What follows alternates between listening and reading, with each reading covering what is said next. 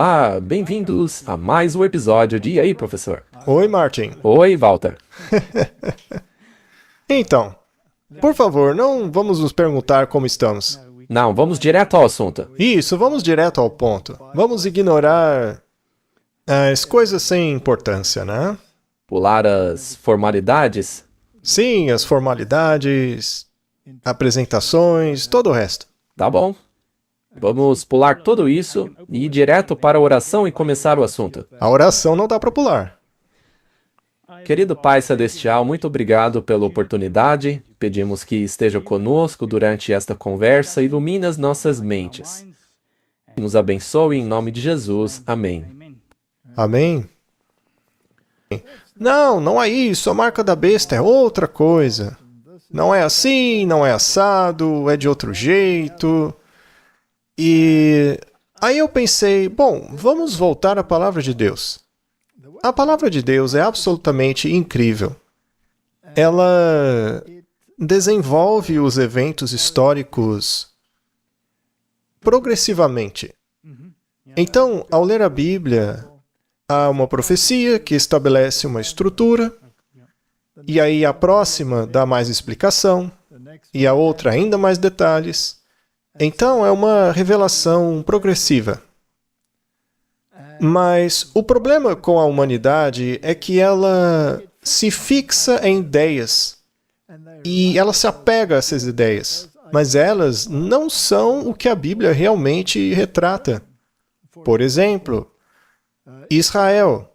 Os judeus estavam absolutamente convencidos de que a primeira vinda de Cristo seria como a segunda vinda de Cristo.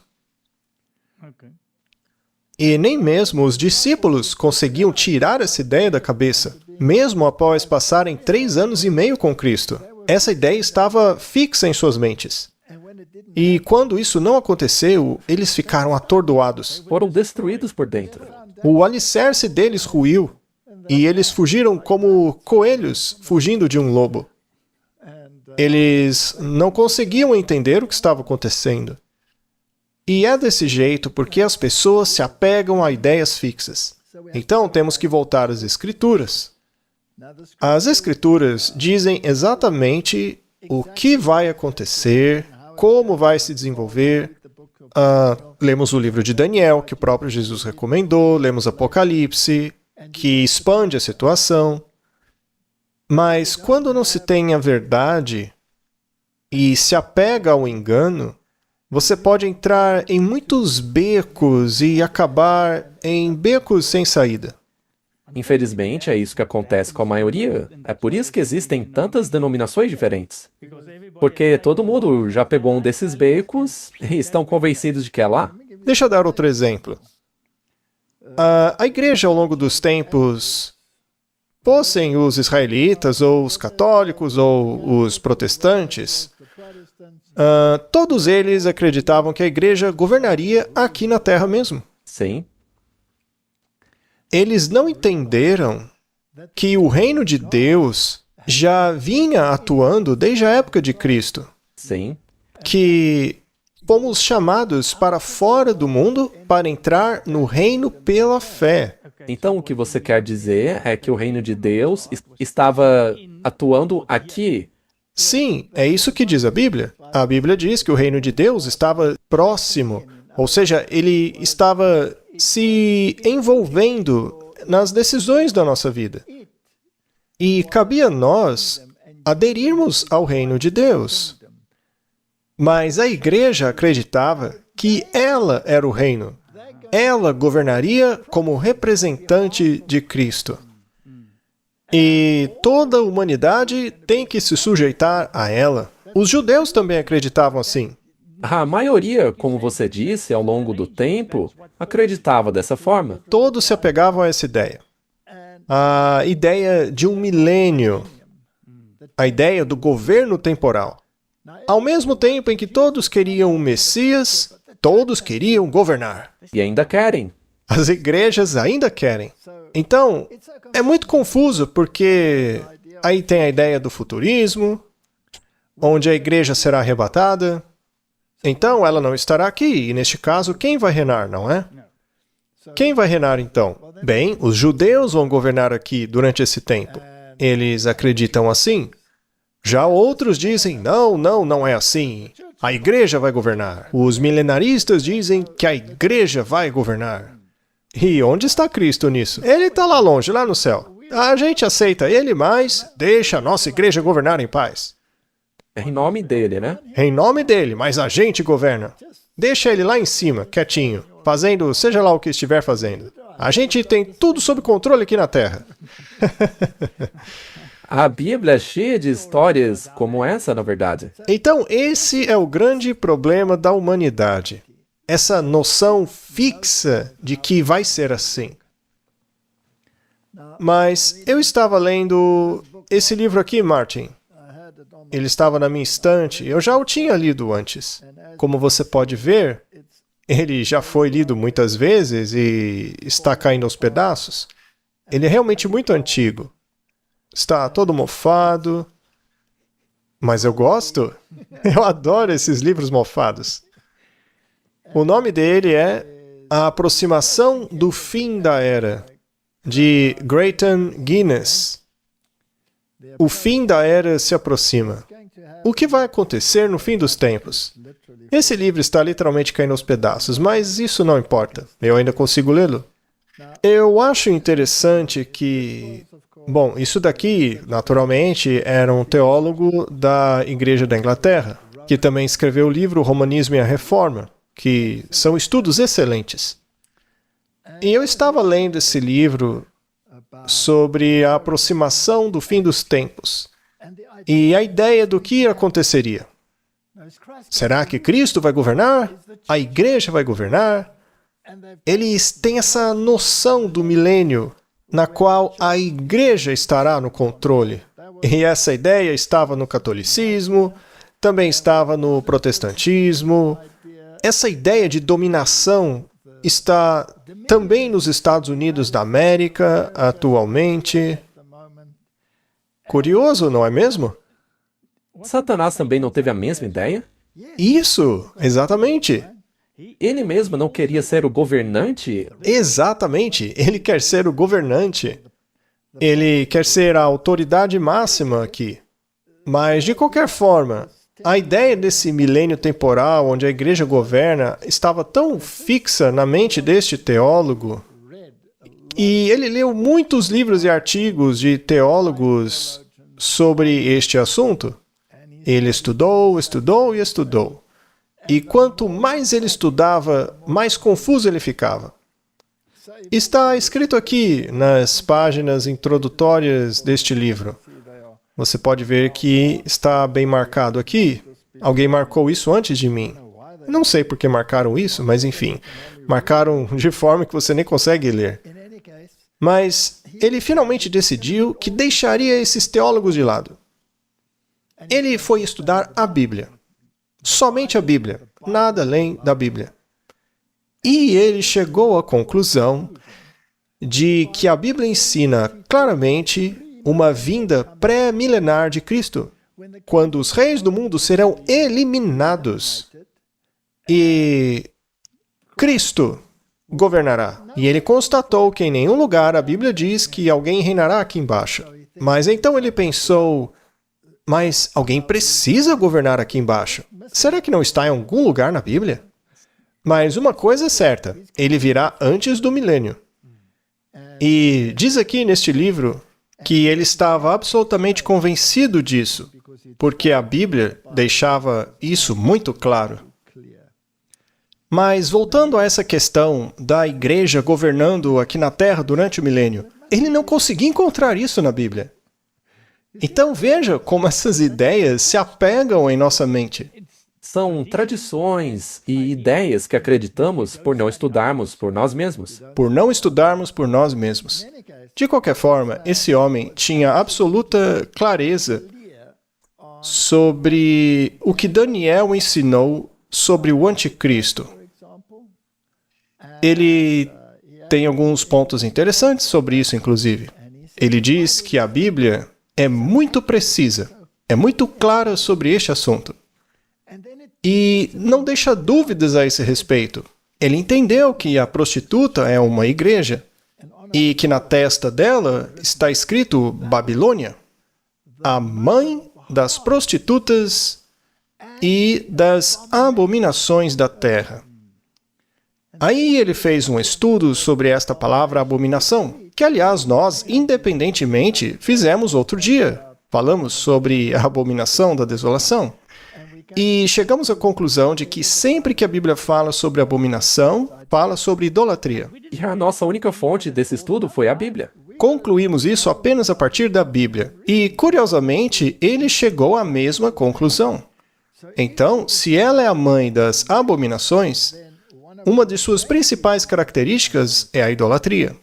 E ele diz, como podem negar isso? Eles fazem procissões com a hoste, dizendo que é Deus, que aquele pãozinho deve ser venerado. Mas será que Deus é aquele pedaço de pão? E ele diz que nem mesmo os pagãos desenvolveram uma ideia como essa, na qual você torna um pedaço de pão o Deus e depois o come. Nem mesmo os pagãos inventaram isso. E nós falamos sobre isso quando estávamos na estrada. É como canibalismo. É como canibalismo. Então, toda a estrutura da transubstanciação precisa ser desenvolvida em torno disso. E isso é idolatria. E nem estamos falando de Maria, hein? Dos santos, como intercessores e mediadores e advogados, enquanto a Bíblia é tão clara que estes são ídolos que foram postos no lugar de Jesus Cristo. E também eles andam por aí com aquelas estátuas que a Bíblia proíbe claramente e curvam-se diante delas em todos esses rituais. E falaremos sobre isso daqui a pouco. Mas o autor do livro diz, como eles não enxergam isso?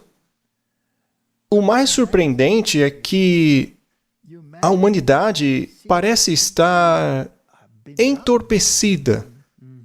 Ela se esqueceu dessas coisas. Se esqueceu da imagem clara que o protestantismo tinha sobre a idolatria que Roma praticava e que esta era considerada o anticristo. E os reformadores todos acreditavam nisso. Então, como funciona? O que realmente acontece no fim dos tempos? Como funciona a restauração? Para onde isso está nos levando? Como podemos conciliar isso com os eventos atuais? Esta é a questão. Bom, a Bíblia não é apenas um livro profético literal. É também um livro de tipologias, de simbolismos e exemplos. Nas tipologias você tem certas verdades que são delineadas da forma como elas se desdobram e tornam-se lições para o nosso tempo. Vamos falar sobre a reforma final. Eu vou pegar um livro da Bíblia, na verdade, 2 livros da Bíblia. Veremos o livro de Esdras e o livro de Neemias. Originalmente, era apenas um livro. Neemias e Esdras não eram divididos. Era apenas um livro e provavelmente foi escrito por Esdras. Talvez um ajuste ou outro foi feito por outra pessoa, mas Esdras foi o escriba que o escreveu. Agora, por que temos 2 livros? Porque Jerônimo, quando compilou a Vulgata para a Igreja Católica, o dividiu em 2. Mas dividir esse livro em 2 não é nenhum problema sério. Contanto que você não tire... Contanto que você não tire nada. Mas originalmente é 1. Então vamos considerá-lo assim, ok? Vamos lidar com os 2 juntos. Mas trata-se da história pós-exílio. E se seguirmos a linha lógica do simbolismo e da tipologia, então deveríamos ser capazes de descobrir do que se tratam os eventos dos últimos dias. A Bíblia é incrível nesse sentido. Na verdade, as pessoas raramente querem estudar dessa forma. Como você disse antes, você pode usar os livros da Bíblia para ver o que está acontecendo paralelamente em nosso tempo. E faremos isso agora. Muito bem. O plano de fundo histórico é que Jerusalém está em ruínas. O templo está destruído. Os edifícios da cidade estão destruídos. O muro ao redor de Jerusalém está todo quebrado. Isso aconteceu quando foram levados para a Babilônia. Exato, onde ficaram lá por bastante tempo. Segundo o profeta Jeremias, ficaram lá na Babilônia por 70 anos, gostassem ou não. E depois dos 70 anos, eles puderam retornar. Mas isso aconteceu em etapas, certo? Houve 3 governantes que tornaram isso possível. O primeiro foi Ciro. Ele emitiu um decreto permitindo que o templo fosse reconstruído. Isso foi depois dos 70 anos? Ou foi antes? A Babilônia os levou prisioneiros, certo? Então a fase da Babilônia já havia passado. A Medo-Pérsia agora reinava. E o primeiro governante da Medo-Pérsia que iria libertar os cativos foi Ciro. Mas não deu muito certo. Eles até começaram a reconstruir o templo, mas o trabalho foi interrompido. E então foi necessário um novo impulso. O próximo governante, que iria olhar para a história e descobrir que os medos e os persas fizeram um decreto, e uma vez que eles tinham feito esse decreto, não podia voltar atrás, certo? As leis deles eram imutáveis. Isso mesmo, como a lei de Deus. Ela permanece. E esse governante era o Dario. Ele fez um decreto que o templo poderia ser restaurado. Então havia o templo. Mas e o resto? Bom, agora sim estamos no tempo de Esdras, assim como de Neemias também. E esta é a restauração do muro, da nação, como uma nação independente. Claro, sujeito ainda aos poderes dominantes, mas pelo menos eram novamente uma nação soberana. Mas como isso foi implementado? E isto é uma simbologia do plano de salvação e do reino de Deus. Sim. Muito bem. Então vamos analisar vários aspectos. Vamos chamar isso de a reforma final. Restaurando o que havia sido destruído por causa da apostasia dos israelitas. E qual foi a maior apostasia deles? Eles estavam seguindo as nações ao seu redor. Eles passaram a praticar a idolatria, que é uma abominação, não é? Eles negligenciaram a lei de Deus, especialmente uma dessas leis, que é a do sábado. Então, vamos dar uma olhada no que a Providência escreveu para nós. Estamos falando sobre Esdras e Neemias, e especialmente sobre a restauração pós-exílio. Mas antes de chegarmos lá, vamos a Coríntios. 1 Coríntios 2:5. Diz assim: para que a vossa fé não se apoiasse na sabedoria dos homens, mas no poder de Deus. Lembre-se que os homens têm certos ideais, eles têm certas expectativas, e normalmente isso envolve poder, não é mesmo? É sempre uma questão de egoísmo. Portanto, nossa sabedoria não deve estar na sabedoria dos homens. Capítulo 3, verso 11.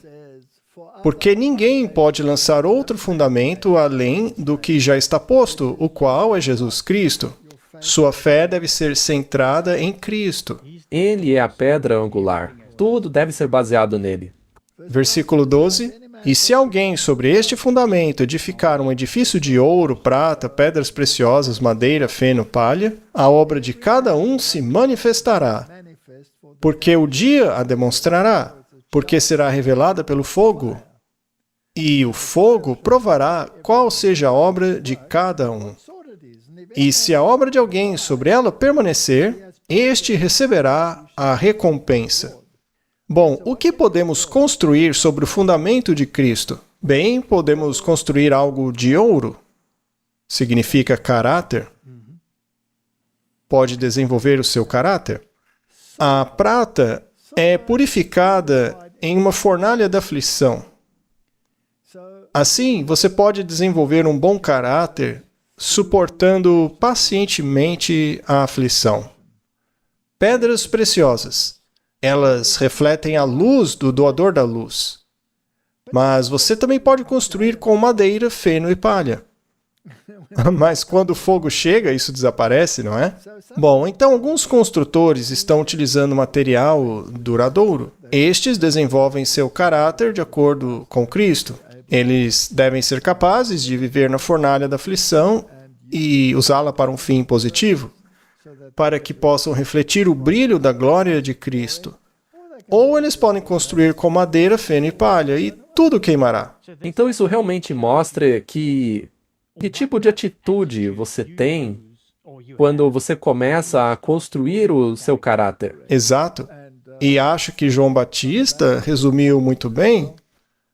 Ele, Jesus, deve aumentar e eu devo diminuir. Mas a humanidade acha que ela deve aumentar e que Jesus deve diminuir. Os homens também querem a bênção de Deus enquanto dominam sobre outros? Correto? Muito bem. Então isso será testado. E aqueles que construíram corretamente, estes serão recompensados. A recompensa é a vida eterna, certo?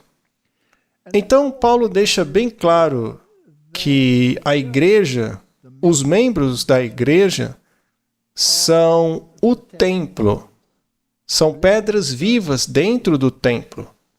Mas alguns deles podem ser de madeira, feno e palha. Então você terá esse tipo de gente na igreja. É interessante, porque isso é importante de se falar. A Bíblia encaixa em tudo, não é? É impressionante. Sim, é algo lindo. Bom, vamos direto para Esdras para analisá-lo à medida que avançamos os capítulos.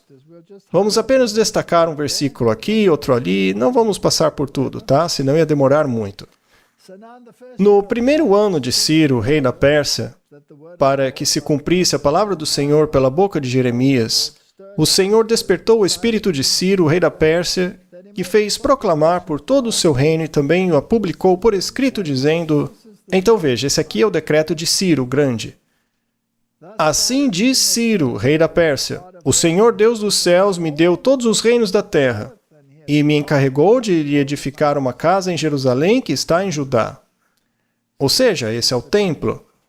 É um decreto para restaurar o templo. Depois das palavras de Jeremias, 70 anos depois, havia chegado o fim. Agora eles podiam reconstruir o templo. Vocês ainda não serão uma nação independente, mas podem reconstruí-lo. Naqueles dias, todos adoravam coisas diferentes, divindades. Pessoas achavam que as divindades eram regionais. Aham. Então, em Jerusalém, a divindade a ser adorada era aquela que os judeus adoravam. Ainda é uma ideia idólatra, mas foi por isso que ele permitiu. Não porque estivesse necessariamente convencido de que era a única divindade, mas ele era a divindade regional, então o seu templo tinha que ser reconstruído. Mas, enfim, ele fez um decreto para o templo ser reconstruído. O que representa o templo? O templo representa o povo de Deus que deve proclamar o Evangelho. E o que é o Evangelho? O Evangelho é a boa nova da salvação. Portanto, o serviço do templo era uma promulgação do plano de salvação. E ele estava em ruínas. Tipologicamente, o que isso significa? Que não havia mais nenhum evangelho sendo pregado. Exato, porque eles o transformaram em um evangelho de rituais e autoimportância. Cristo estava fora desse evangelho. Então, o templo estava em ruínas. Não havia nenhum plano de salvação para apresentar à humanidade. Não havia. Vá e restaure. Sim. Essa foi a ordem dada a Israel. Vá e restaure o templo. Então, esse é o ponto número 1. Eu só queria perguntar, você mencionou que eles voltaram para restaurar a adoração de Deus ali em Jerusalém. Mas na Bíblia vemos que o rei disse que o Deus do céu era um único Deus. Sim. Veja, é interessante que alguns desses governantes realmente reconheciam o Deus dos israelitas como o Deus verdadeiro. Nabucodonosor. Isso, mas o povo reconhecia? Não. Não. O povo não aceitava. O povo só tolerava Deus por causa desse negócio da divindade regional.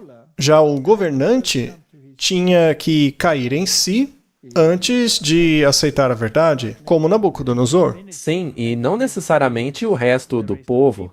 Correto, porque quando ele foi confrontado pela primeira vez com a ideia de que Deus determina o que acontece na Terra, ele não aceitou.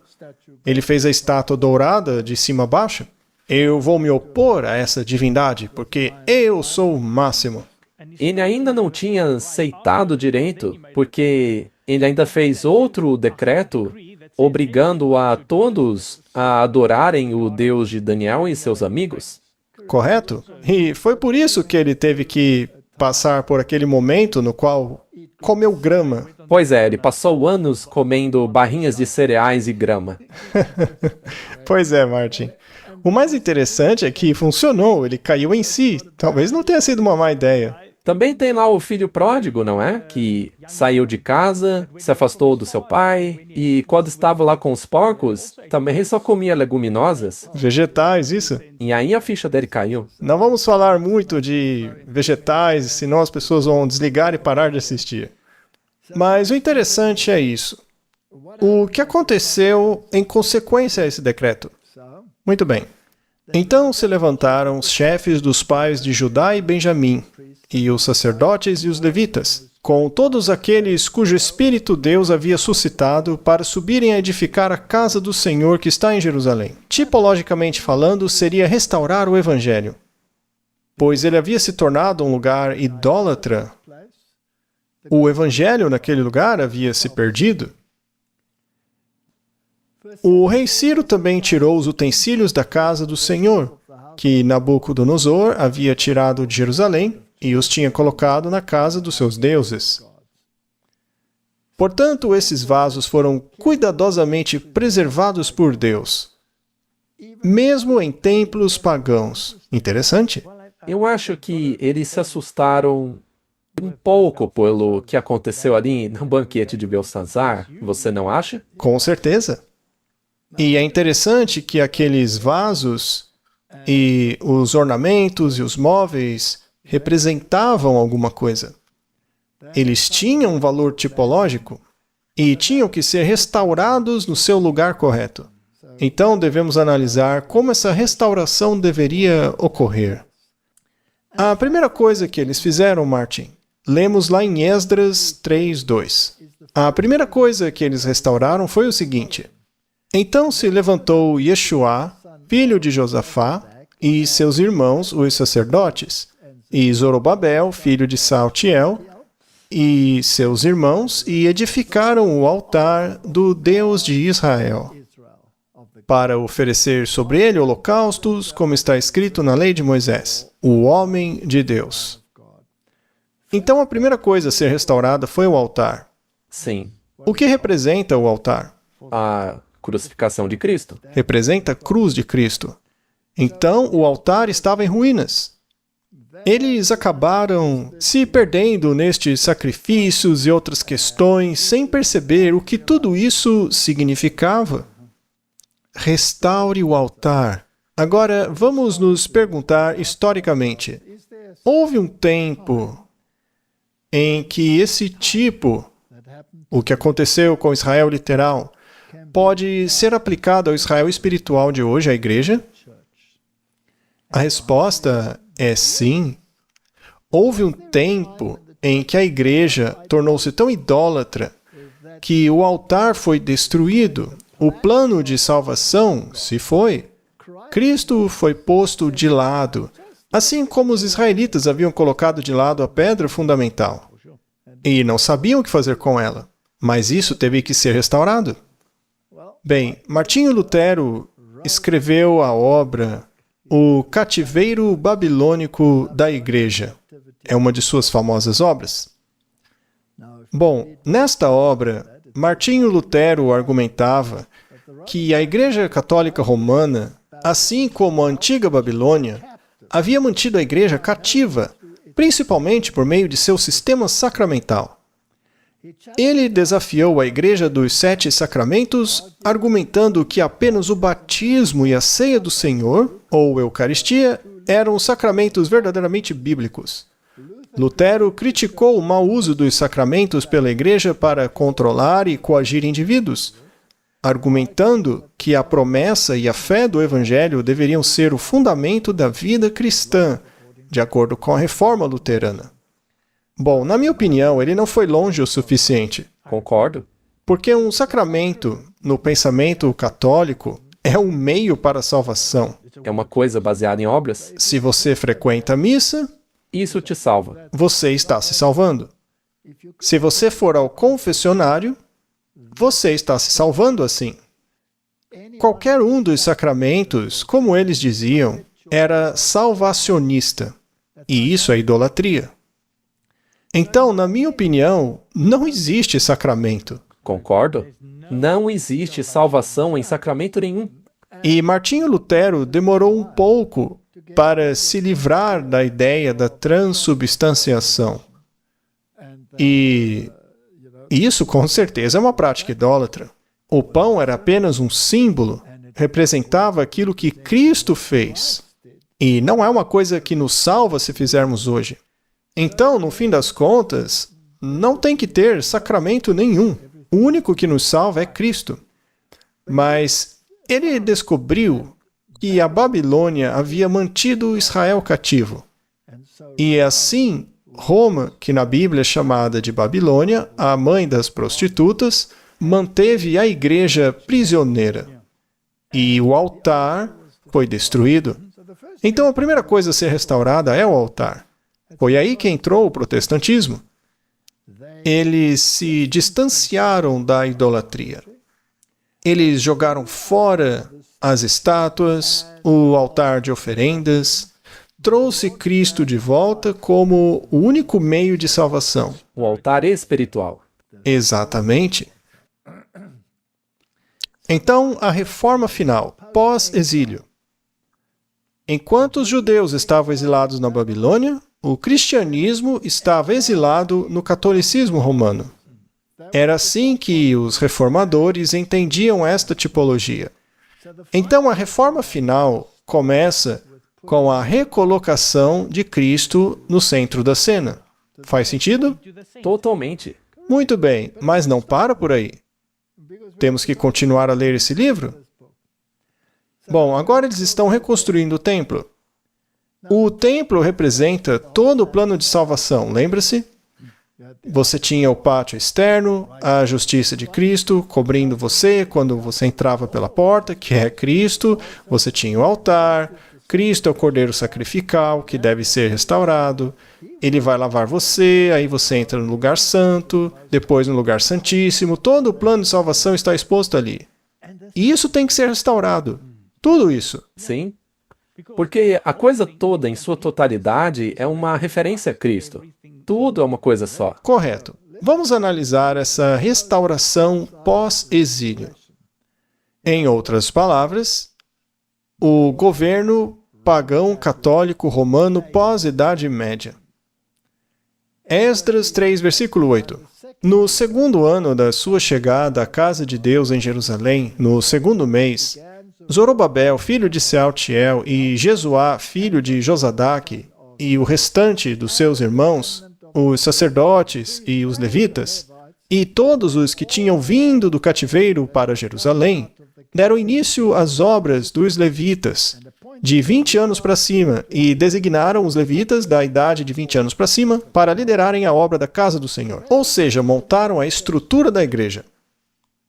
Isso é muito importante. Então, tipologicamente, eles colocaram os sacerdotes no lugar, porque o tipo ainda não havia encontrado o antitipo. A oferta tinha que acontecer ainda.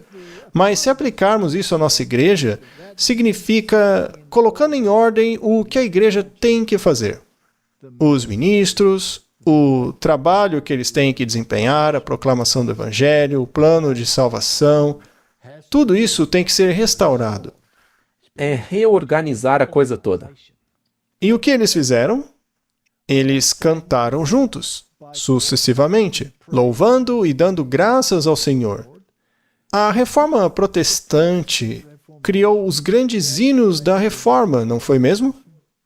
Sim, muitos hinos. Martinho Lutero escreveu hinos. E o que foi que o catolicismo fez?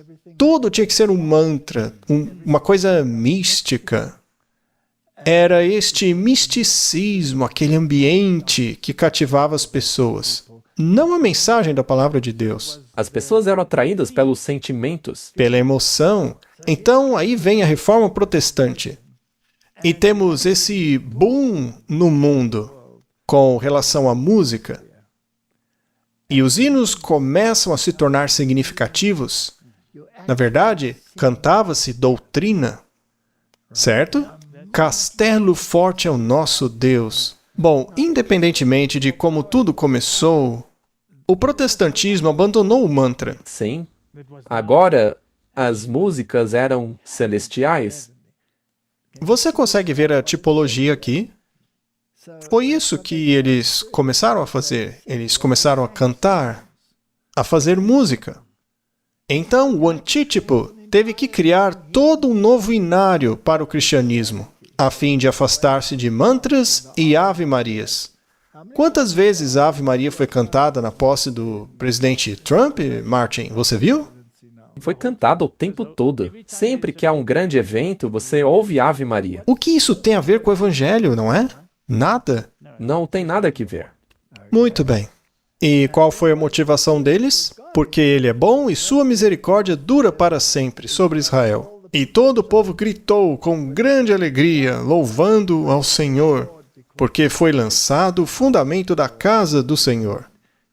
A fundação. Não se pode estabelecer outra fundação além de Jesus Cristo. Você consegue ver a restauração? Isso é um pós-exílio. Mas muitos dos sacerdotes, levitas e chefes das casas paternas, homens idosos que tinham visto a primeira casa, quando os alicerces desta casa foram lançados diante dos seus olhos, choraram em alta voz, enquanto outros gritavam de alegria. Então houve alegria e lágrimas. Você acha que houve alegria e lágrimas na Reforma Protestante? Claro que sim. Foi um alívio. Não tinham mais que se submeter ao Vaticano com a sua pompa. Michelangelo, isso e aquilo. Montaram para si igrejas simples, sem aquela pompa toda. E alguns ficaram tristes por isso, mas outros ficaram felizes. Mas eles encontraram a pedra angular, a verdadeira joia. O verdadeiro fundamento havia sido lançado novamente. Então essa é a história tipológica, onde estamos aplicando o que aconteceu no tipo ao antítipo. Mas, ao fazermos isso, criamos problemas, não é? Sempre haverá os adversários que se oporão a essa reconstrução, certo? Esdras, capítulo 4, verso 1. Então os adversários de Judá e Benjamim ouviram que os filhos do cativeiro construíram o templo ao Senhor Deus de Israel e... Bem, isso os deixou muito bravos. Temos aí uma citação do Romanismo e da Reforma, do mesmo autor que escreveu este livro aqui que mencionei. E ele diz: onde quer que você tenha um padre em vez de um pregador, um altar em vez de uma mesa de comunhão, velas de cera em vez da luz do sol da verdade divina, o cerimonial ao invés da sã doutrina, sacramentos ao invés da graça salvadora, liturgias entoadas em vez de orações fervorosas e sinceras, música esplêndida em vez da adoração espiritual, vestimentas suntuosas em vez da verdade do Evangelho. Você se lembra do conclave ocorrido há pouco tempo, né, Martin? Quanta pompa! Pompa, glamour, vestimentas, tradição e a igreja, ao invés de um está escrito. O mundo hoje não está maravilhado com a coisa das tradições? Sim, o mundo está prontinho naquele ponto em que a reforma precisa acontecer novamente. Sim, porque tudo isso acabou. Você entende? Bom, quando você tem essa tradição e a igreja ao invés do está escrito e cruzes ao invés de Cristo, temos aí o romanismo. Não importa como seja chamado, cuidado. Por mais atraente que seja a arquitetura, o incenso, a música, o cerimonial, muito cuidado. E você também pode fazer tudo isso daí de uma maneira moderna, em uma igreja moderna. E não é só na católica, porque é o que ele diz. Não importa o nome que isso tem em outras igrejas, quando a música te leva para longe. Eu gostaria de encorajar os ouvintes, através da visão da mente, tentem se lembrar das imagens que vocês viram, de toda a pompa e cerimônia, todos os cardeais com seus chapéus e vestidos, caminhando em cerimônia, os cajados, tudo aquilo, a música cantada, todo mundo maravilhado.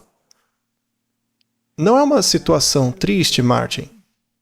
Onde está a ênfase agora? Nisso?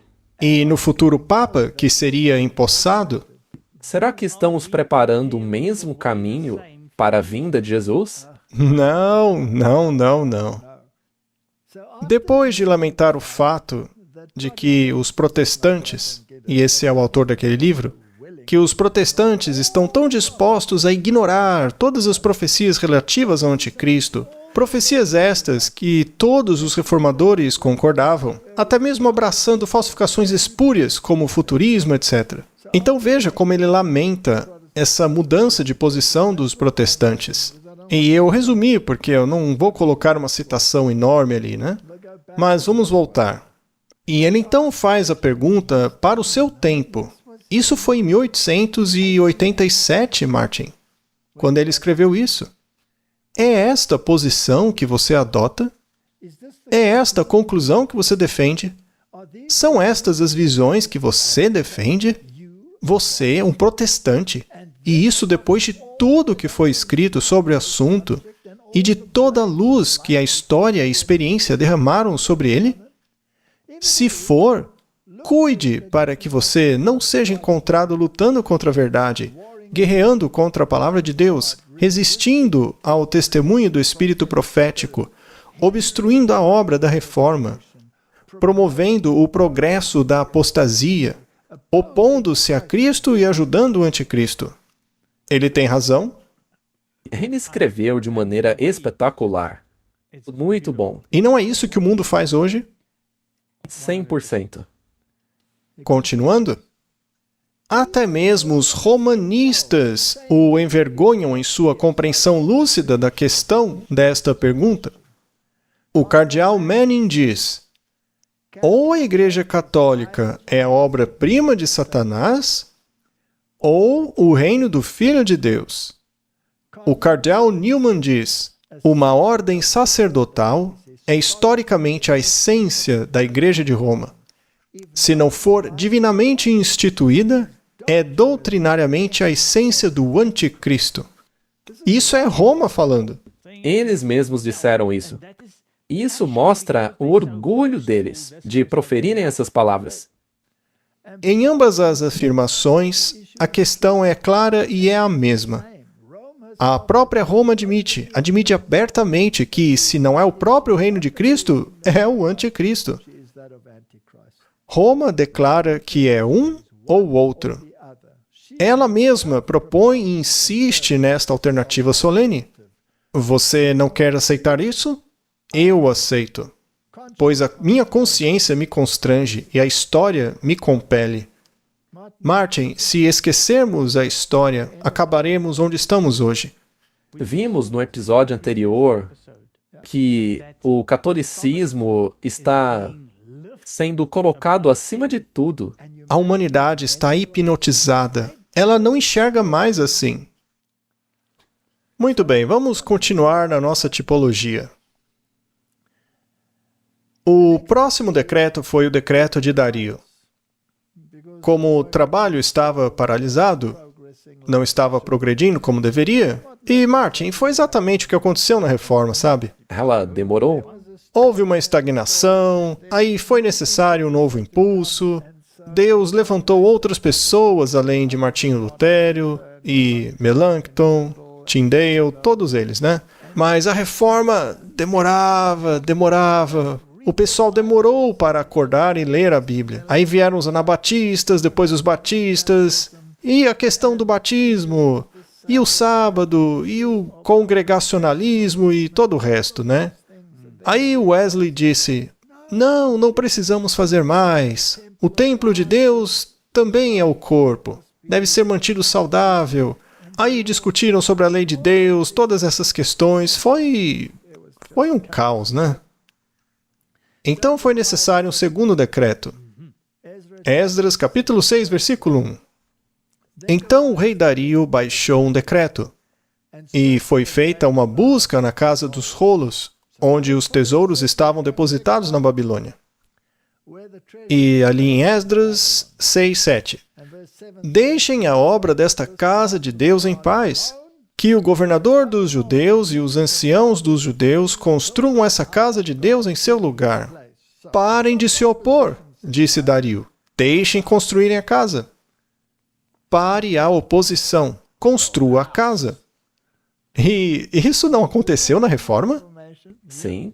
Estamos seguindo tipologicamente, passo a passo, a Reforma. Não é à toa que a Bíblia diz que não há nada de novo debaixo do sol. Isso mesmo.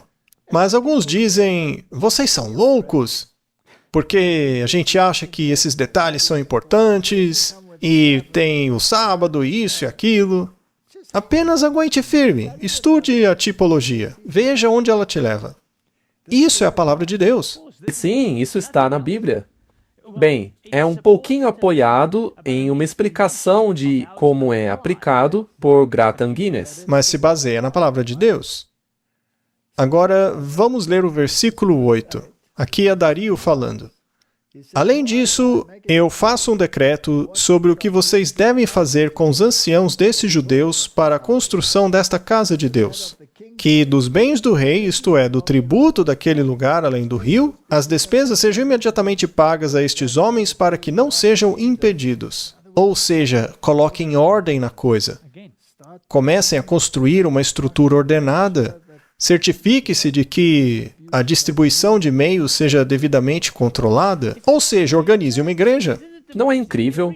Toda vez que eles tentam fazer algo, Deus os traz de volta para a ordem, a estruturação, a organização, mesmo que tenha problemas. E essa é a segunda vez que ele faz isso. A primeira organização também não teve problemas? Sim, sempre há problemas. Ainda assim, Deus exige organização. Sim, a igreja tem que ser ordenada e estruturada, organizada. Então, será que precisamos dela ou podemos falar, que se dane a igreja, vou apenas seguir o Espírito? Bom, seguindo as duas tipologias, eu não concordo com isso. Muito bem, Martin. Vamos avançar aqui. Mas isso é fascinante para mim, Martin. Finalmente, então, o templo é restaurado. O que isso significa? Quer dizer que Cristo estava de volta ao centro. Comece pelo altar. Este é o seu sacrifício. Não essa idolatria, essa pompa, esse glamour, todas essas besteiras. Comece com o essencial. E o que envolveu a primeira celebração? A Páscoa foi celebrada. Sim, porque Jesus é o centro. O que representa a Páscoa? Cristo crucificado. Eis o Cordeiro de Deus que tira o pecado do mundo. Este é Jesus. Muito bem, capítulo 6. E os filhos do cativeiro celebraram a Páscoa no 14º dia do primeiro mês. Ou seja, eles seguiram as regras. Pois os sacerdotes e os levitas estavam purificados juntos. Todos estavam puros. E sacrificaram a Páscoa por todos os filhos do cativeiro, e por seus irmãos, os sacerdotes, e por si mesmos. E os filhos de Israel, que saíram do cativeiro e que se haviam separado da imundícia da terra dos gentios para buscarem o Senhor Deus de Israel, comeram. Muito bem, Martin. Quem foi que comeu? Todos aqueles que se separaram. Só que falar em separação, Martin, é um palavrão hoje em dia. Hoje a palavra é ecumenismo. Dizer que quer se separar é coisa feia hoje. Vamos nos unir pelo ecumenismo, não se separem. Mas Deus diz, separem-se. Ele até mesmo diz, separado para a lei. Mas vamos falar disso já já. Então, o que aconteceu aqui foi que Cristo voltou a ser o centro da fé. O que aconteceu na Reforma? A idolatria foi varrida do mapa e Cristo estava de volta ao centro. É claro que isso não foi bem aceito. Aí, no movimento de Oxford, eles trouxeram de volta as estátuas idólatras, trouxeram de volta o altar, trouxeram a missa de volta. Até o Grayton Guinness diz, o que aconteceu? Não é? O que aconteceu? Como podemos não enxergar tudo isso? Como é possível uma coisa dessas? Mas a reforma parou aí? Não. Não, ainda havia trabalho a ser feito, não é? Capítulo 7. Depois destas coisas, no reinado de Artaxerxes, rei da Pérsia. Bom, então saímos do decreto de Ciro, já passamos pelo decreto de Dario, agora vem o terceiro decreto, o de Artaxerxes. Esse decreto não se aplicava ao templo, porque o templo já havia sido restaurado sob os decretos de Ciro e Dario.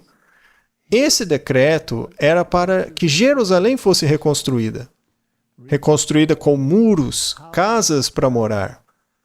O que isso significa, Martin? O que isso quer dizer? Não pode estar apenas na Bíblia como um simples fato histórico que, deveria ter uma reconstrução de prédios ali. Bom, eles tinham colocado Cristo no centro, mas algo tinha que ser acrescentado. Exato. Então, Esdras, filho de Seraías, filho de Azarias, filho de Ilquias. Tem uma longa lista aqui que eu não vou entrar em detalhes. Vamos para o verso 6. Este Esdras subiu da Babilônia, e ele era um hábil escriba na lei de Moisés. Ou seja, Martin, agora voltamos à Bíblia.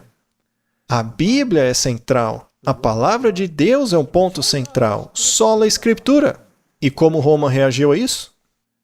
Não. Nunca. Tradição? Meu avô fazia assim. Eu não vou mudar. Tinham que voltar à palavra que Deus havia dado, e não um papa. Essa também é uma afirmação surpreendente, que a lei de Moisés também foi dada por Deus a Moisés. Isso. Não foi uma lei que Moisés tirou da cabeça. E o rei concedeu-lhe todos os seus pedidos, segundo a mão do Senhor seu Deus sobre ele. Então, quem realmente lhe concedeu seus pedidos? Deus? Deus. O rei pagão foi um instrumento, mas foi Deus quem fez tudo. Há uma história muito interessante em torno desse rei e toda a história de Esther e tudo mais. Houve influência de Deus, foi brilhante a forma como tudo foi organizado, mas não temos tempo para dar detalhes sobre isso. Então, por que isso aconteceu? Vamos dar uma olhada.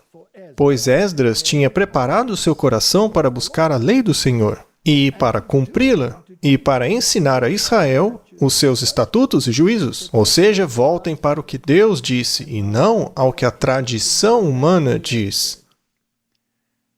Esta é a cópia da carta que o rei Artaxerxes deu a Esdras, o sacerdote, escriba das palavras dos mandamentos do Senhor e dos seus estatutos para Israel. Voltem para a palavra. Faça o que Deus diz. Mas haverá opositores? Claro que sim. Este é um muro que você tem que construir novamente. Agora estamos chegando na fase do muro, certo? Temos que fazer um muro. Portanto, precisamos de outro decreto que vem de Deus. Restaure o muro. Muito bem. Então, Esdras reuniu o povo e colocou o sacerdócio em ordem. Então ele começou a iniciar reformas. O povo ainda estava paganizado. Sem dúvida. Ainda não tinham tirado aquele lixo da cabeça. Cada um meio que fazia o que queria. E então Esdras começa a preocupar-se com casamentos mistos. Nós também temos que colocar isso, que é um tipo, dentro de um contexto antitipológico. Quando estas coisas acabaram, os príncipes vieram a mim dizendo: o povo de Israel e os sacerdotes e os levitas não se separaram dos povos daquelas terras, praticando conforme as suas abominações, isto é, dos cananeus, dos heteus, perizeus, jebuseus, amonitas, moabitas, egípcios e amorreus. O paganismo ainda estava na cabeça deles. Ainda tinha o parafuso solto, fizeram sincretismo. Mas por quê? Porque tomaram das suas filhas para si e para os seus filhos, de modo que a santa semente se misturou com o povo daquelas terras. Sim, a mão dos príncipes e magistrados foi a principal nesta transgressão. Eles praticaram sincretismo. Então, essas mulheres, tipologicamente falando, representam igrejas, outras religiões, outros padrões de pensamento. E ao se misturar com eles, você tem o sincretismo. E isso é um problema. E a maioria dos governantes e pregadores estavam fazendo isso. E quando você começa a se comprometer nesse nível, como o Gratan Guinness diz, você deve correr disso daí. Correr é sincretismo. Você vai perder a ênfase em Cristo. Separe-se desta ideologia. E disse: "Oh, meu Deus, estou envergonhado de levantar o meu rosto para ti, meu Deus, porque as nossas iniquidades se multiplicaram sobre as nossas cabeças e as nossas transgressões cresceram até os céus. Desde os dias de nossos pais, temos estado em grande transgressão até o dia de hoje. E por causa das nossas iniquidades, nós, os nossos reis e os nossos sacerdotes, fomos entregues nas mãos dos reis das terras, à espada, ao cativeiro, ao despojo, à confusão de rosto, como se vê hoje." Ainda temos esse problema hoje? Com toda certeza. Então, versículo 14. "Tornaríamos a violar os teus mandamentos e a nos unirmos ao povo dessas abominações? Deveríamos participar de concílios ecumênicos, Martin? Não. Deveríamos fingir que estamos alinhados? Veja, eu não me importo de falar com essas pessoas, mas temos que fazer aliança com elas? Eles usaram essa desculpa o tempo todo. E é por isso que estamos nessa confusão. Muito bem. Não ficarias irado conosco até nos consumires, de modo que não houvesse nenhum remanescente e nem escape? Essa mentalidade está viva, bem viva nos dias de hoje. Então agora vamos de Esdras para Neemias, porque Neemias foi então nomeado governador pelo rei. Ele veio dar uma olhada no muro de Jerusalém e viu que estava em um estado lamentável. Ou seja, a palavra de Deus, suas exigências, as suas leis, o muro protetor contra a idolatria estava totalmente quebrado. Havia uma brecha no muro, tinha buracos. Lembre-se que o catolicismo romano mudou os mandamentos. Fizeram tantos buracos nele que é como se a Babilônia tivesse destruído o muro de Deus. E agora vem Neemias. Ele não era um profeta e nem ministro, era um governador. E ele vai entrar na história para resolver isso. E ele também era copeiro do rei. Então ele devia ser um homem confiável, porque você não serve a taça do rei se você não tem a confiança do monarca, porque você pode pôr veneno para ele beber, né? Muito bem. Neemias e as palavras de Neemias, filho de Raquelias. E aconteceu que nos meses de Quisleu, no 20º ano, estando eu em Suzã, o palácio, muito bem, então ele está lá em cima com o rei. Ele era o copeiro. Vamos para o verso 3. "E me disseram", ou seja, o povo relatou a ele o que estava acontecendo em Jerusalém. "E me disseram, os que restaram do cativeiro lá na província estão em grande aflição e opróbrio. O muro de Jerusalém também está derrubado, e as suas portas queimadas a fogo." Bem, o muro representa a proteção. Havia um muro ao redor do templo, representava a justiça de Cristo. Justiça é fazer o que é certo. "Eu vim para fazer a tua vontade, ó meu Deus", representa a lei. O portão representa o portal, que é Cristo, que convida para a sua retidão, o que significa retornar à harmonia com a lei. É isto que está sendo retratado tipologicamente aqui. E como naquele tempo, o remanescente que ficou fora de Babilônia está em aflição porque tudo está um caos, Está um caos. Os 10 mandamentos foram totalmente obliterados por uma cultura pagã. E eu disse, rogo-te, Senhor Deus dos céus, Deus grande e terrível, que guardas a aliança e a misericórdia para com os que te amam e guardam os seus mandamentos. Você vê a tipologia aí? Então, Martin, será que nós estamos loucos ao dizer que temos que guardar os mandamentos? claro que não. Não como meio de salvação, porque pela lei ninguém será salvo. Mas porque Cristo nos salvou, o resultado dessa salvação é a harmonia com a lei. Tudo isso mostra que primeiro se coloca Cristo no centro das coisas e depois vem o muro. Perfeita análise. Muito bem. Isaías 58:12 diz que isso iria acontecer em algum momento no futuro, porque lembre-se, ele estava antes do exílio. O texto diz assim: e os que saírem de ti edificarão os lugares antigamente assolados. Tu levantarás os fundamentos de muitas gerações, e serás chamado reparador de brechas, restaurador de veredas para habitar. Todo governo tem uma lei. O reino de Deus tem uma lei. E estava destruída. Precisava ser restaurada? É incrível como as pessoas querem aceitar a Cristo como Senhor, mas não querem a lei do Senhor. Não, eles não querem construir o muro. As pessoas não querem o governo de Jesus. Elas querem governar elas mesmas. Fique aí no céu, Jesus. A gente cuida do governo aqui. Tudo bem, o Senhor nos salvou, Jesus, agora a gente cuida do resto, tá? É isso mesmo. Muito bem, então Neemias vai e inspeciona o muro. Agora, a oposição é tão grande que ele tem que fazer isso à noite.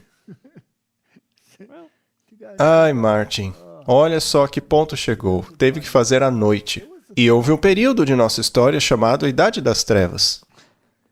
Era um período tão escuro que eles foram com pequenas tochas, olhando para a parede e disseram: será que não deveríamos guardar os mandamentos? Wesley disse isso. O Karlstadt disse, e o sábado? Tem um buraco nesse muro aqui.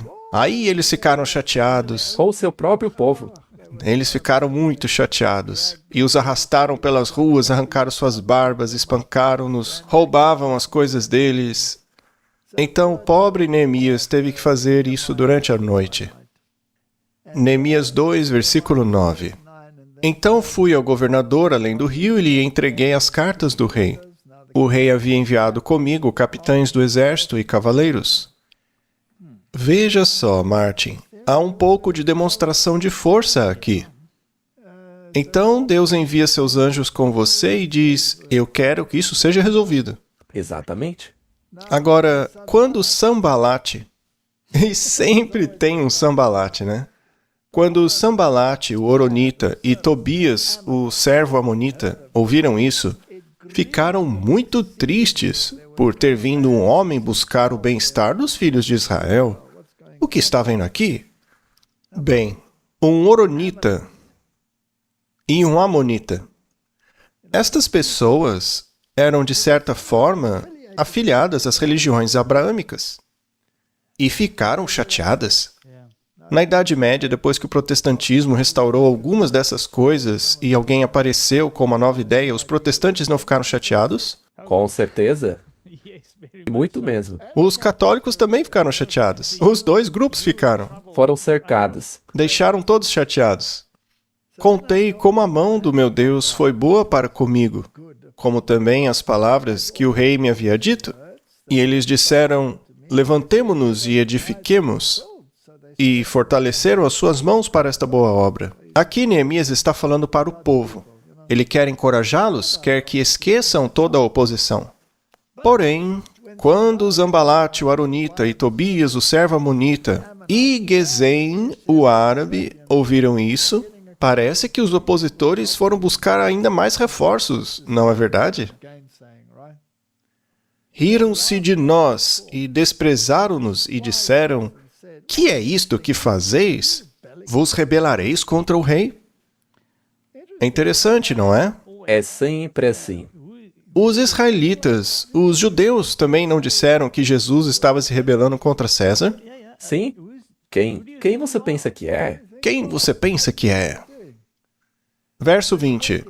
Então respondi-lhes e disse-lhes: o Deus do céu nos fará prosperar. Portanto, nós, servos, nos levantaremos e edificaremos. Mas vocês não têm parte, não têm direito, nem memorial em Jerusalém.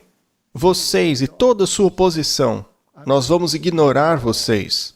Vamos continuar. Vou fixar-me no que interessa. Pode fazer o seu pior. Temos aqui uma citação do Southern Watchman, que diz: os anjos veem a igreja como Neemias via Jerusalém. Com o coração aflito, o visitante contemplava de longe as defesas em ruínas de sua amada Jerusalém. E não é assim que os anjos do céu observam a condição da igreja de Cristo? Como os moradores de Jerusalém, nos acostumamos aos males existentes e muitas vezes nos contentamos sem fazer nenhum esforço para remediá-los. Mas como esses males são considerados por seres divinamente iluminados? Não olham eles, como Neemias, com o coração carregado de tristeza para muros em ruínas e portões queimados pelo fogo? Não são visíveis em toda parte os sinais vergonhosos de afastamento de Deus e de conformidade com o mundo que ama o pecado e odeia a verdade? Nestes dias de escuridão e perigo, quem é capaz de defender Sião e lhe mostrar algum bem? Seu estado espiritual e suas perspectivas não estão de acordo com a luz e os privilégios concedidos por Deus. Esta afirmação é verdadeira? Sim, está falando sobre a igreja de Deus? A igreja de Deus. Então agora é hora de reparar a brecha. Sim. Certo. Então veja, começamos com Esdras, que reconstruiu o templo e colocou Cristo de volta ao centro. Tipicamente falando, isso foi a Reforma Protestante. E agora eles vão restaurar o governo de Deus, a autoridade dele em nossa vida. Mas muitos não querem que Deus governe. Deixe Deus ali no cantinho. Nós governamos. Não, Deus vai nos governar. Isso é um absurdo. Nós somos autoridade aqui na Terra. Nós vamos governar. Muito bem, capítulo 4. É um capítulo lindo. Eu realmente me identifico com o capítulo 4. Mas aconteceu que quando Sambalate ouviu que nós reconstruímos o muro, ou seja, restauramos os mandamentos. Veja, agora a gente já avançou um pouquinho na reforma. Sim, estamos em torno do ano 1800. Exato. Ele ficou irado. Ficou muito indignado. Interessante, né, Martin? E zombou dos judeus. Bem, zombaram daqueles que queriam restaurar os mandamentos. Hoje isso começou pelo Wesley. Zombavam dele com desprezo. Depois, os adventistas, que foram ridicularizados com desprezo, porque incluíram o sábado nos mandamentos. Mas chegaremos lá. E falou diante de seus irmãos e do exército de Samaria. Olha só o exército se envolvendo. E disse: quem são esses fracos judeus? Fortificar-se-ão? Sacrificarão? Acabarão com tudo num só dia? Farão reviver as pedras dos montes de escombros que foram queimados? E Tobias, o amonita, estava ao lado dele. Tem uma aliança aqui. Claramente. E disse: o que eles edificarem, até mesmo se uma raposa subir, derrubará o seu muro de pedras. Isso é muito parecido com o catolicismo e o protestantismo, aliando-se contra aqueles que querem reparar a violação. É uma comparação perfeita. É exatamente isso. E lembre-se, Sambalá era de Samaria, e Samaria era puro sincretismo. Isso é o catolicismo. Muito bem. E Tobias, o amonita, estava ao lado dele, e estavam juntos. Verso 4.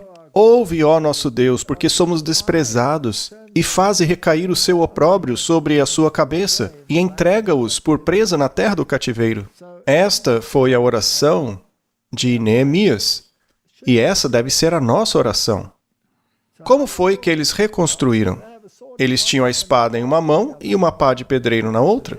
Portanto, eu coloquei nas partes mais baixas, atrás do muro, e nos lugares mais altos, e coloquei o povo segundo suas famílias, com suas espadas, as suas lanças e os seus arcos. E levantei e olhei, e disse aos nobres, aos líderes e ao restante do povo: não tenham medo deles. Lembrem-se do Senhor, que é grande e terrível, e pelejem por seus irmãos, seus filhos, suas filhas, suas mulheres e suas casas. Estamos em guerra? Sim. Aqueles que edificavam o muro e aqueles que carregavam as cargas, todos eles com uma mão faziam a obra e com a outra mão seguravam uma arma. Martin, veja só, eu tenho aqui uma ótima arma. Esta é a nossa arma. Hoje a nossa missão é lutar pelo Senhor, mas ao mesmo tempo construir um muro forte para Ele. Estamos construindo o muro. Não podemos parar de reconstruir o muro. Mas isso trará oposição, a oposição do catolicismo e do protestantismo. Sambalá e Tobias vão se aliar contra nós. E até mesmo dentro do muro haverá oposição. Pura verdade, Martin. Nós já vamos falar sobre isso. Essas tipologias são incríveis.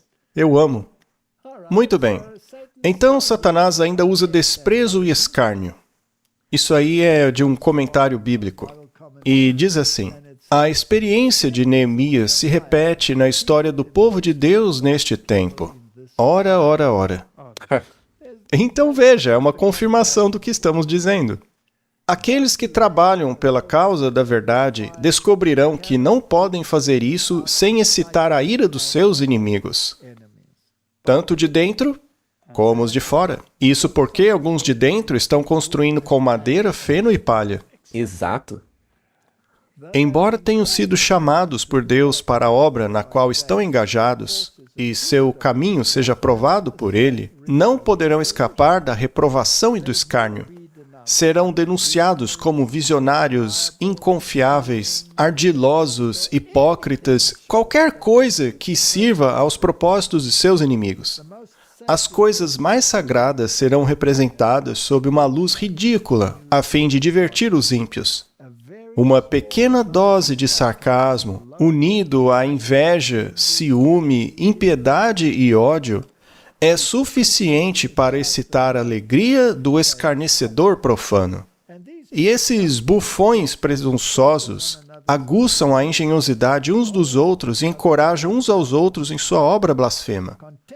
O desprezo e o escárnio são de fato dolorosos para a natureza humana, mas devem ser suportados por todos os que são fiéis a Deus. A política de Satanás é desviar as almas da obra que o Senhor lhes confiou. Sabe, Martin, tenho recebido muitas mensagens de ódio ultimamente. Eu estava pensando exatamente nesta parte.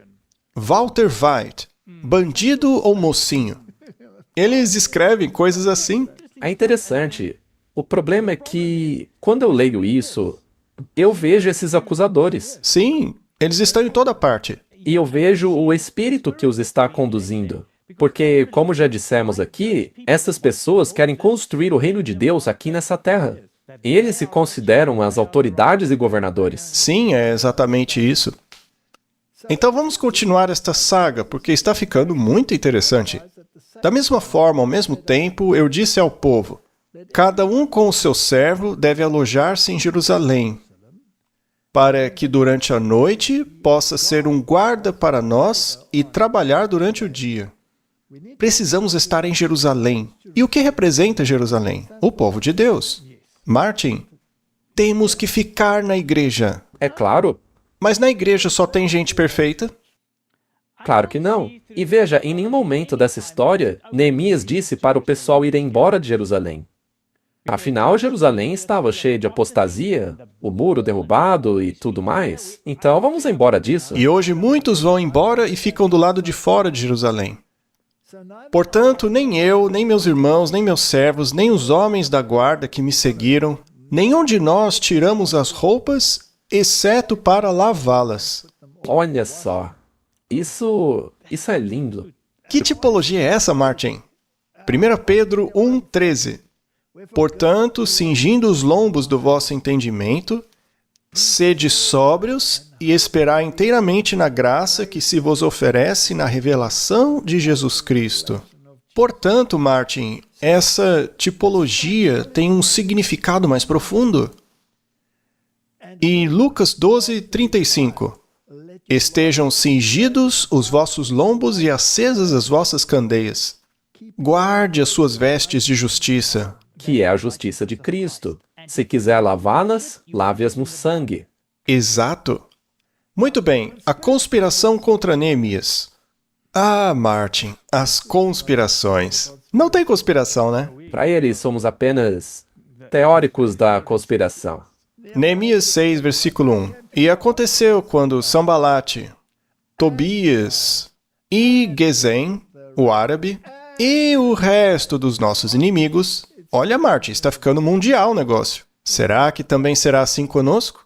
Quando toda essa gente aí ouviu que eu havia construído o muro e que não havia mais nenhuma brecha nele, embora naquele tempo eu não tivesse colocado as portas sobre os portões, que Sambalate e Gesem me mandaram dizer: venha, encontremo-nos em alguma das aldeias da planície de Ono.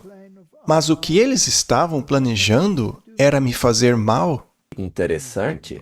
Mas lhes enviei mensagens dizendo: eu estou fazendo um ótimo trabalho aqui, eu não posso descer. Por que cessaria o meu trabalho para descer até vós? Não podemos dar ouvido a essas pessoas. Não. Nós devemos tentar trazê-las até nós, em nossa obra de construir o muro.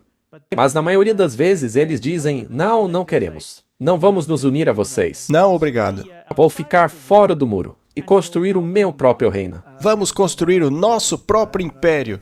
E depois vamos matá-lo, como se mata uma mosca quando pousa na minha mesa. E eles também alegam que têm as verdadeiras vestes purificadas. Isso é muito interessante, Martin. Neemias 6,17. E naqueles dias os nobres de Judá E lá vamos nós. enviaram cartas a Tobias. Sim, pessoas do próprio povo. E Tobias, por sua vez, enviou cartas para eles. Martin, as cartas nos concílios ecumênicos estavam a todo vapor. E eu li algumas. Lamentamos por Neemias estar irritando vocês. Nós pedimos desculpas. Na história, Neemias disse a Sambala, que representa o prelado católico de hoje: não, eu não vou até você. Mas aí alguns nobres pensaram: mas como vamos desprezar uma pessoa importante dessas? Agora, Martin, será que eu vou abandonar a igreja porque alguns nobres dela enviaram cartas a Sambala? É claro que não. Muito bem. Isso seria aceitar a derrota. Eu até escrevi lá embaixo no slide: sério? Será que eu vou desistir da obra porque alguns nobres de Judá quiseram se unir a eles? Como eu disse, claro que não. Não faz sentido, eu vou ficar. Se os nobres quiserem, podem ir. Mas eu não, eu vou construir o muro. Eu vou construir o muro. E sabe de uma coisa? Eu li algumas dessas cartas. E ainda que alguém do lado de fora faça vídeos te chamando de cobra, Tem um sujeito aí pregando um monte de coisa sobre história medieval e o papado como sendo o anticristo. Devemos desligá-lo? As cartas diziam isso. Eu li essas cartas. Elas são muito interessantes. Então, Martin, você consegue uma união através de um vínculo dracônico. Temos aí outra citação interessante. Um espírito de ódio e oposição aos hebreus formou um vínculo de união e criou a simpatia mútua entre diferentes grupos de homens que, de outra forma, poderiam ter guerreado uns contra os outros. isso é muito bom. É uma coisa que sempre acontece. Sim, veja Pilatos e Herodes que viraram amigos e esqueceram da inimizade que tinham. Isso ilustrará o que frequentemente testemunhamos em nossos dias na união existente de homens de diferentes denominações para se oporem à verdade presente, cujo único vínculo parece ser aquele que é dragônico em sua natureza, manifestando ódio e amargura contra o remanescente que guarda os mandamentos de Deus. Ainda assim, fizemos nossa oração ao nosso Deus e montamos uma guarda contra eles dia e noite por causa deles. A tipologia não é absolutamente clara, Martin? Claro que é. Aí o próximo ponto é que Esdras lê a lei. Por que ele fez isso, Martin? Capítulo 8, verso 1. E todo o povo se reuniu como um só homem até a rua que estava diante do portão das águas. E falaram ao escriba Esdras que trouxesse o livro da lei de Moisés, que o Senhor havia ordenado a Israel. E Esdras, o sacerdote, trouxe a lei perante a congregação, tanto de homens como de mulheres, e de todos os que podiam ouvir com entendimento no primeiro dia do 7º mês. Então eles montaram um palanque, um pouco alto, para que todos pudessem vê-lo, e disse: ouçam o que diz a palavra de Deus. E se você tiver meio neurônio, obedeça o que diz esta palavra. E os que tinham entendimento ouviram. E isso deixou Sambalá e Tobias irritadíssimos, porque não podem ir contra a palavra. A palavra do Senhor é claríssima. Eu sou o Senhor. Eu não vim revogar a lei. Nenhum tio ou jota desaparecerá da lei. Ora, mas isso não inclui o sábado. É o que eles dizem, não é? Inclui tudo, menos o sábado. Muito bem. Versículo 8.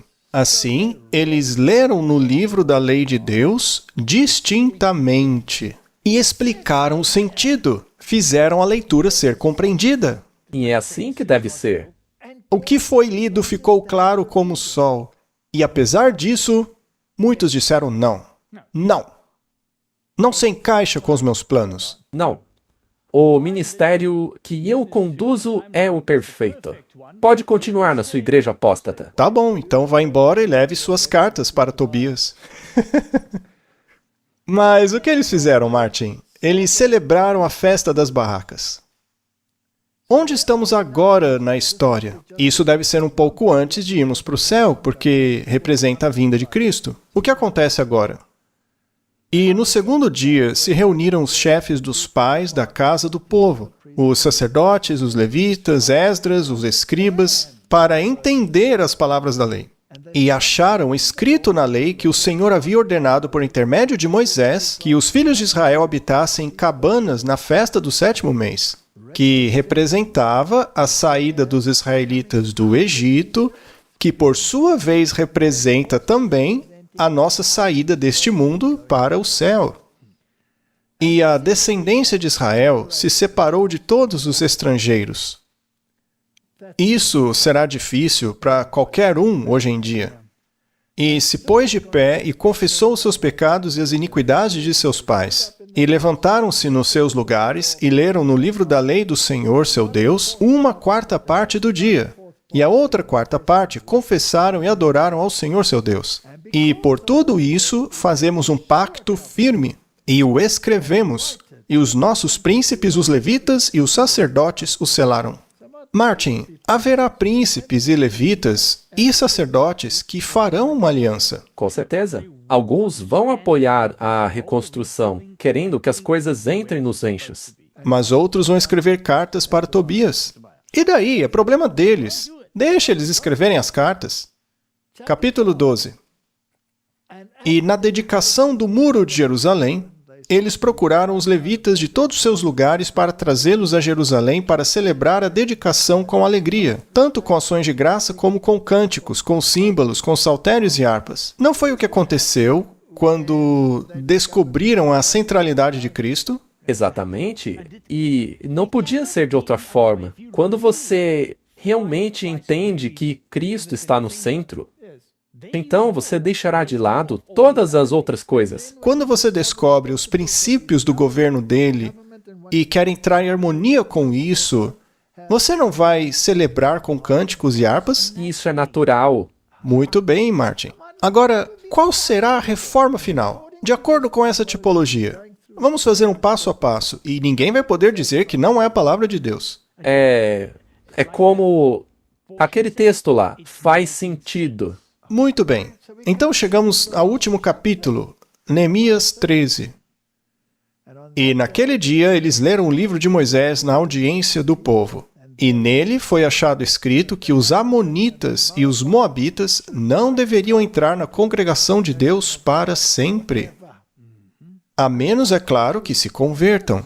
Sim, Ruth era uma moabita. eles não podem entrar como amonitas. E isso, não queremos amonitas aqui, nem moabitas. Seus deuses ficam do lado de fora. Se quiserem entrar, entrem como povo de Deus, passando a obedecer à lei dele. Aí sim são bem-vindos. Mas quem quiser continuar se apegando a ideias amonitas e moabitas, fiquem do lado de fora. Não queremos ecumenismo, não queremos paganismo. Não faremos concessões. Continuando. E Eliasibe, o sacerdote que tinha supervisão da câmara da casa do nosso Deus, era aliado de Tobias. Que era amonita. O que está acontecendo aqui? Então o sacerdote se aliou a Tobias e preparou para ele uma grande câmara, onde outrora se depositavam as ofertas de cereais, o incenso, utensílios, dízimos do trigo, do vinho novo, do azeite, que se ordenava que fossem dados aos levitas, aos cantores, aos porteiros e às ofertas dos sacerdotes, ou seja, nas finanças do templo. Exatamente. Era onde ficavam os dízimos, as ofertas e todo o restante. Que ideia genial, não? Ah, lá está ele, o amonita, com suas ideias amonitas, administrando as finanças da igreja. Mas é claro que isso não aconteceria hoje, né? Não, claro que não. Vamos continuar lendo. Neemias 13, versículo 7.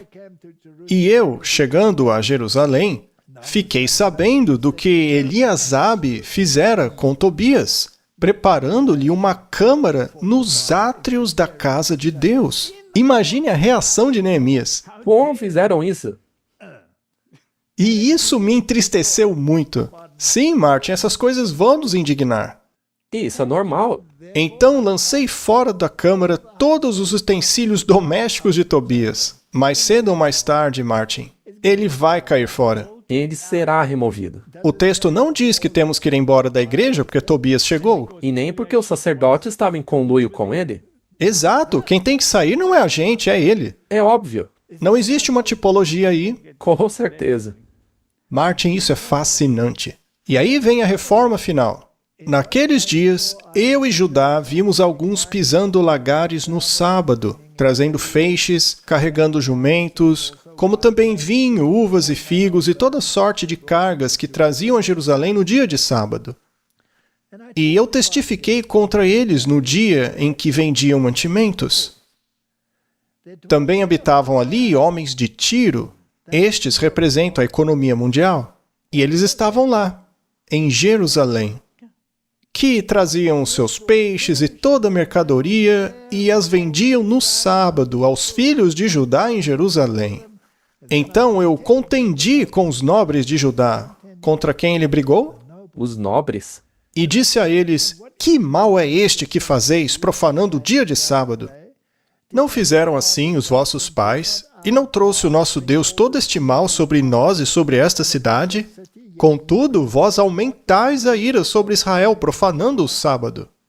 E ele tirou aquele povo dali, e consagrou aquela área ao redor de Jerusalém. Fez dali um lugar santo, e disse aos comerciantes: se cruzarem esta barreira, terão que lidar com as consequências. E, segundo a Bíblia, um dia os exércitos de Roma pisariam ali, naquele lugar santo, naquela barreira, aquela região.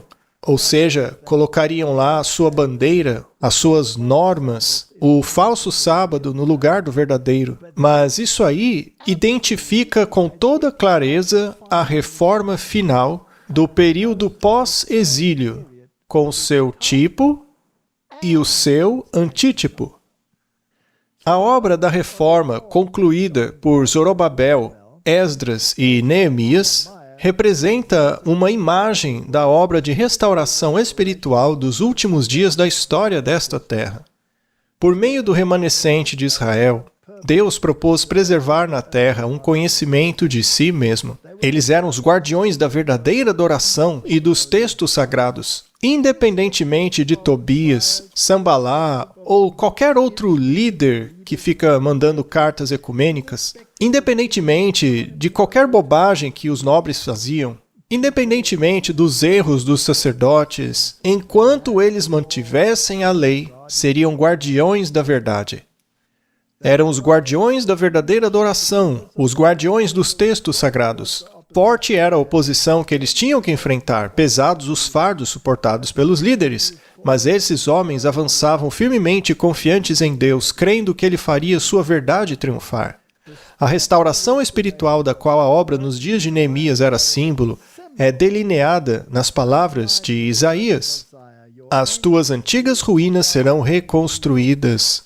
Tu restaurarás os fundamentos de muitas gerações e serás chamado reparador de brechas, restaurador de ruas para a habitação. Isaías 58, versículo 12. Houve uma violação na lei de Deus. O muro que ele colocou ao redor de seus escolhidos para sua proteção e obediência, cujos preceitos de justiça, verdade e pureza devem ser sua salvaguarda perpétua. O profeta destaca o trabalho específico deste povo remanescente que constrói o muro. Se desviares o teu pé do sábado, de fazer a tua vontade no meu santo dia, e chamares ao sábado deleitoso e ao santo dia do Senhor digno de honra, se honrares não seguindo os teus caminhos, nem buscando tua própria vontade, nem falando coisas vãs, então te deleitarás no Senhor. Martin, essa não é a reforma final? Sim, e estamos bem ali, A tipologia mostra isso claramente? que está na Bíblia. É isso. No tempo do fim, toda a instituição divina será restaurada. A brecha feita na lei, na época em que o sábado foi mudado pelo homem, será reparada. O povo remanescente de Deus deve mostrar que a lei de Deus é o fundamento de toda a reforma duradoura. Em linhas claras e distintas, eles devem apresentar a necessidade de obediência a todos os preceitos do Decálogo. Constrangidos pelo amor de Cristo, eles devem cooperar com Ele na edificação dos lugares devastados. Eles devem ser reparadores de brechas, restauradores de caminhos para habitação. Isso está alinhado a Isaías 58. E eles serão de ti, e edificarão os lugares antigamente assolados. Se desviar o seu pé do sábado, versículo 13, de fazer a tua vontade no meu santo dia. Martin, isso não é conjectura. Isso é bíblico. E se você se envolver nesta obra, construindo o muro, recuperando a lei, colocando-a em seu lugar, é natural que surjam opositores como Tobias e Sanballat, esse pessoal aí? E não é interessante que os 3 evangelhos sinóticos, Mateus, Marcos e Lucas, todos eles declaram que o Filho do Homem é Senhor até do sábado? Porque o Filho do Homem também é Senhor do sábado. Veja, os 3 dizem isso. Ninguém pode negar que esta será a reforma final. Esta será a questão envolvida na última reforma. É a questão final de toda essa tipologia da restauração pós-exílio. E foi assim sempre. E será assim mais uma vez no fim dos tempos. E assim como foi no passado, haverá novamente a oposição, lutando contra o remanescente. E também haverá os nobres de dentro, escrevendo cartas para os opositores. E alguns nobres trarão até mesmo os opositores para dentro. No templo de Deus. Sim, e farão o que eles pedirem, mas no final eles serão expulsos. Exatamente. E Deus fará essa expulsão. Com certeza. Então, se a tipologia diz isso, e a história confirmou até agora, os eventos finais girarão em torno destas questões que estamos falando. Isso é bíblico. É baseado nas Escrituras. Está na lei de Deus. E tudo já está preparado. E assim cabe a nós concluir a obra. Não devemos temer os opositores. Devemos apenas trabalhar. Vamos orar. Querido Pai, obrigado por nos dar uma imagem tão clara das reformas que precisam ocorrer antes que o Senhor venha reivindicando o seu reino. Porque o Senhor reivindicará não apenas um reino, mas a lealdade do seu povo aos princípios do seu reino. E todos aqueles que se separam para a tua lei farão parte disso, contanto que reconheçam o Cordeiro que foi morto e apropriam-se da justiça dele, e não de sua própria justiça, oriunda de obras falhas e instáveis. Abençoe a todos em suas decisões. É a minha oração em nome de Jesus.